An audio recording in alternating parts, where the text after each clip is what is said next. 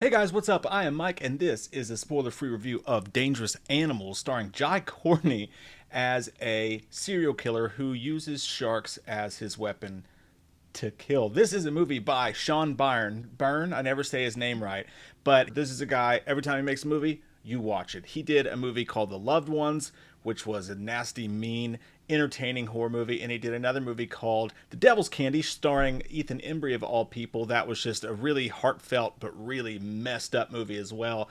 He's an original horror filmmaker, and for some reason, I'm not sure why. Maybe it's because he's in Australia. I don't know. He only makes films every few years or so, but for some reason, he's not mentioned up there with Craig Zegers. He's not mentioned up there with Jordan Peele and with this slew of new original horror directors that are doing so well for themselves. Oz Perkins with Long Legs, and in my opinion, this movie is this year's Long Legs. So I don't know what the reason is, but I think it sucks bun, Steve, and I vote against it. So this movie, it's written by a guy named Nick Leopard, which this guy is fascinating to me. We've covered this movie in our most anticipated movies, in our upcoming original horror movies. We did a video all about how nobody's talking about this movie for some reason, because it blows my mind, because from the trailer you could tell it was going to be special. If you hear a weird noise, it's my dog snoring. Did not audibly snore until the second I pressed record, which is like a usual thing that she does, and what the fuck. But this dude, Nick Leopard, no writing credits whatsoever until this one, and then right after this one, his other movie, Oz Perkins' Keeper. So this guy is somebody to pay attention to for sure.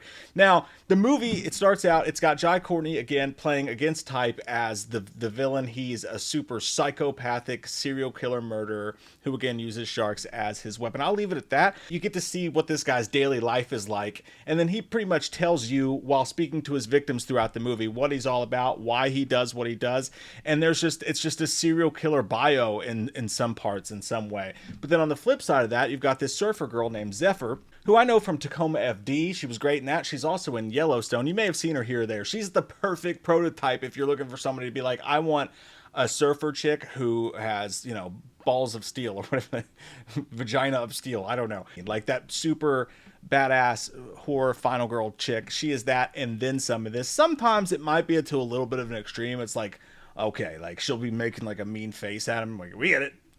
We get it. You're tough. But he kind of does that to her too. He's like, you think you're the shark. I'm the fucking shark. Terrible accents once again, but it's that sort of thing. It's Wolf Creek at the sea, as people have been saying about it. But what he does, and you can tell this from the trailer, and if you haven't seen the trailer, I totally recommend going in blind. I won't say that much about what happens or what the plot is so that you can enjoy it. But this is Long Legs at Sea, Wolf Creek at Sea. This year's Long Legs, that gives you the idea. But I know some people are going to be torn off by, Jai Courtney. Jai Courtney he's not been that bad in some stuff. Like, I liked his Boomerang and Suicide Squad, but like when he did like Terminator and stuff as Reese, I'm just like, man, it just felt so generic and just ugh. But that being said, he's amazing in this movie. Maybe the guy just needed to do his native tongue a little bit. Again, I know it was Suicide Squad, but still, I don't know. Whatever the case is, he has proven to me. There was the Terminator Jai Courtney, and then there's post Dangerous Animals Jai Courtney. And this reconnaissance, whatever you want to call it, he's proven that he can let his freak flag fly, man. Much like Nicolas Cage did in Long Legs, and so many characters, D. Snyder in Strangeland, he took the conduit of playing a psycho serial killer and being a nutbag from Nutville, and has the dance sequence where he's just drunk and running about the cabin. But to me, it never goes. I see a lot of people calling this a B movie, and I think that's kind of unfair. Like, I kind of disagree with that. Like, I don't see this as a B movie. I thought it was a really well-made film. And you might see, like, he's so over the top and crazy that you could call him a B movie character, but I think it's just an interesting, fascinating character that chews a little bit of scenery.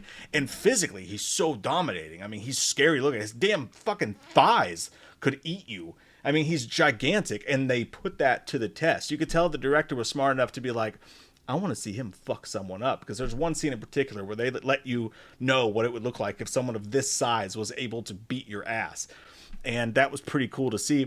But yeah, it's a classic cat and mouse throughout this boat, because what he likes to do is he likes to take people out on his boat, puts them in the harness, and feeds them to the sharks. What this movie does with the sharks is very different from what you've seen in any shark movie. Very different. And we talked about this when we were breaking this down before it even came out. It's so cool how they've done it.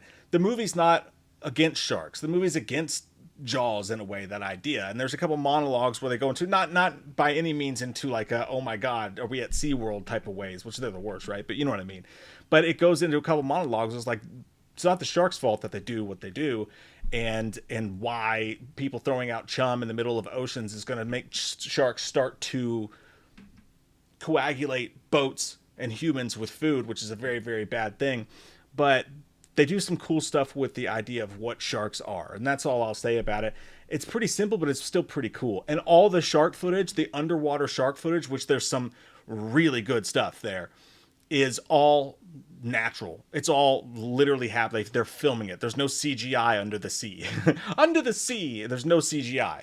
These are actual sharks, and they're sharks that have like, like damage done to them from living in the sea and all this stuff like that. There's a couple stuff that happens out of the water, and maybe that with their fins that they have to CG, but you can't tell in the movie.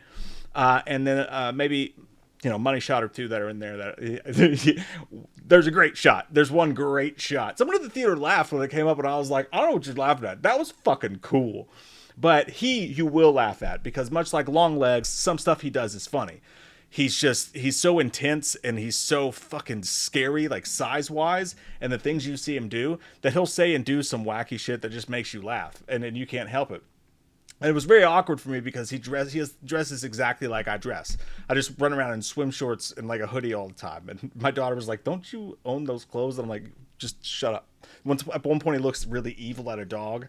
And so I was like, that's how I look at the neighbor's dog. And she's like, you also dress like him. And I'm like, listen, I'm not a fucking serial killer. But anyways, he's amazing in the film. Awesome. Like, if there was any just in the world, he would beat up for awards and stuff. But because this movie's what it is, it won't be. But it's one of the best performances in horror this year. Might be my favorite performance in horror this year. But by the time it's all said and done, and this movie's in my top 5 of the year so far for sure, and higher than that currently. So we'll see where it ends. But no, the only problems with the movie, I would say, is there's a love story that's intertwined in the middle of this that's kind of a little forced and a little hokey, but the story goes, and some people will like it. There was a couple times I was just like, oh, okay, I want to move past this and get back to what's going on there.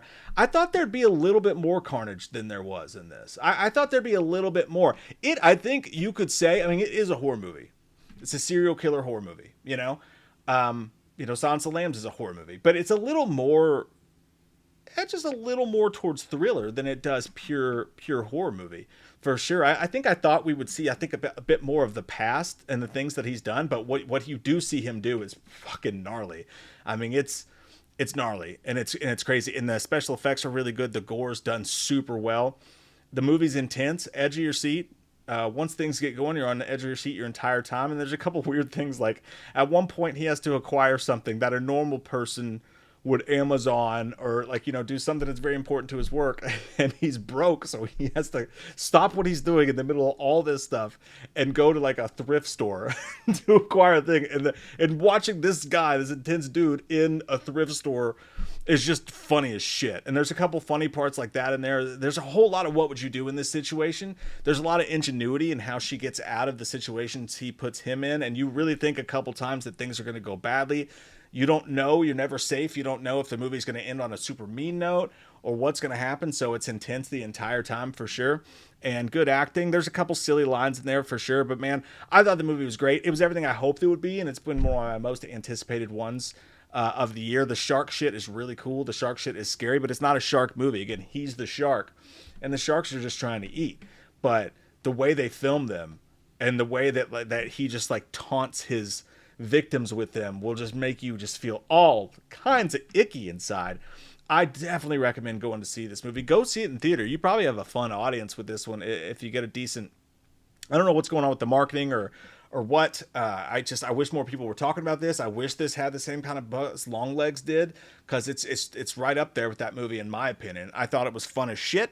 And it's not going to go out there and do anything you haven't really seen before. It's a really great acted, over the top, fascinating serial killer who is up against a really tough girl, and that's pretty much the gist of it. And now we introduce sharks in it, but there's none of the crazy terrible shark tropes. There's just some really good shit in here.